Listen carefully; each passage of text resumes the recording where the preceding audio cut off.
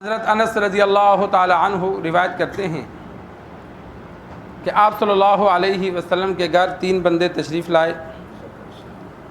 آپ صلی اللہ علیہ وسلم کے گھر والوں سے آپ صلی اللہ علیہ وسلم کی عبادات کے بارے میں پوچھا تو انہوں نے ان کو بتلایا، تو انہوں نے سرکار دو عالم صلی اللہ علیہ وسلم کی عبادات کو کم سمجھا اور پھر خود ہی کہا کہ ہم آپ صلی اللہ علیہ وسلم کے معاملے میں کیا چیز ہیں، آپ صلی اللہ علیہ وسلم کے اگلے پچھلے گناہ اللہ نے معاف کر دیے۔ ان میں سے ایک نے کہا میں آج کے بعد ہمیشہ رات کو عبادت کروں گا، سوؤں گا نہیں۔ دوسرے نے کہا میں ہمیشہ روزے رکھوں گا، کبھی افطار نہیں کروں گا۔ تیسرے نے کہا میں کبھی شادی نہیں کروں گا۔ سرکار دو عالم صلی اللہ علیہ وسلم تشریف لائے۔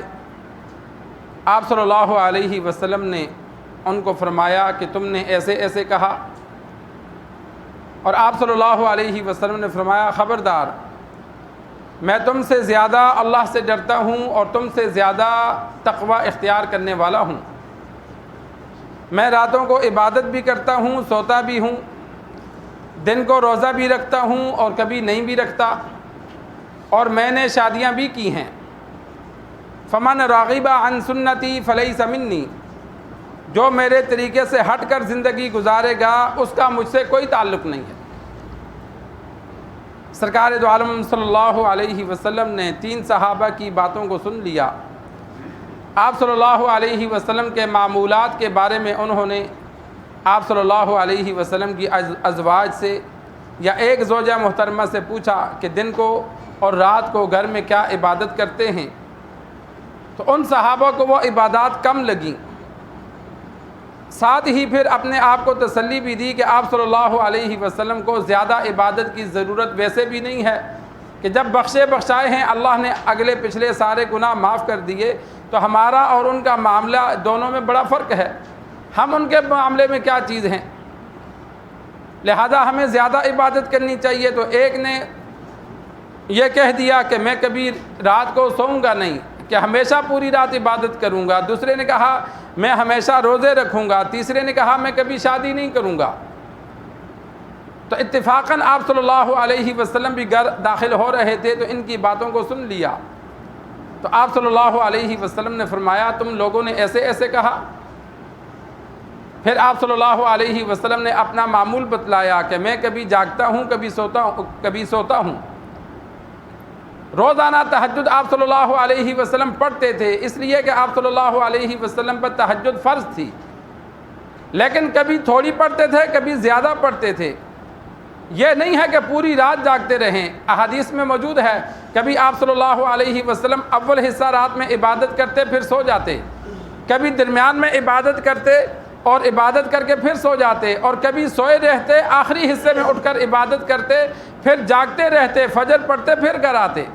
یہ آپ صلی اللہ علیہ وسلم نے رات کو ایک جیسا معمول نہیں رکھا کہ ہمیشہ پوری رات جاگیں یا آخری حصے میں جاگیں، معمول بدلتا رہتا تھا۔ اسی طرح آپ صلی اللہ علیہ وسلم نفلی روزے کثرت سے رکھتے تھے، لیکن کبھی رکھتے تھے کبھی نہیں رکھتے تھے۔ احادیث میں موجود ہے، ازواج مطہرات فرماتی ہیں کبھی پے در پے روزے رکھتے تھے، ہم یہ سمجھتی تھیں کہ اب ہمیشہ روزے ہی رکھیں گے، اور کبھی نہیں رکھتے تھے، ہم یہ سمجھتی تھیں اب نہیں رکھیں گے۔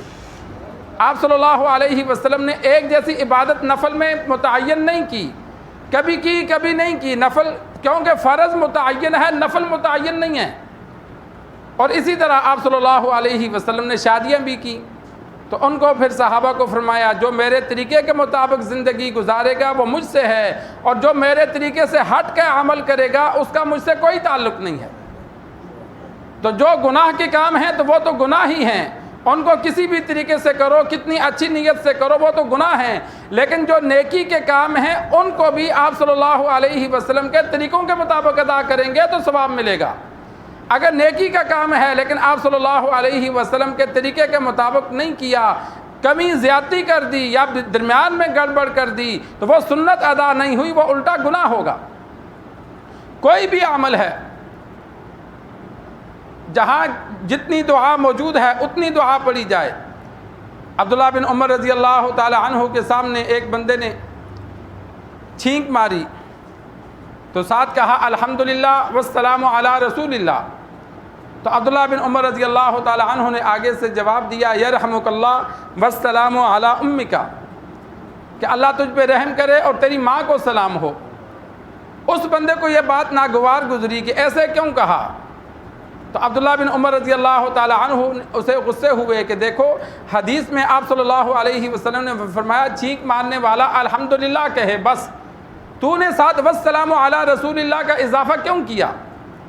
میں نے اس لیے آگے تجھے یہ جواب دیا کہ تیری ماں کو سلام ہو، کیونکہ جب حدیث میں اب والسلام علی رسول اللہ کوئی غلط جملہ نہیں ہے کہ آپ صلی اللہ علیہ وسلم پر سلامتی ہو، لیکن جب اس موقع پر کہا نہیں گیا تو اپنی جانب سے اضافہ کریں گے تو یہ گناہ ہو جائے گا۔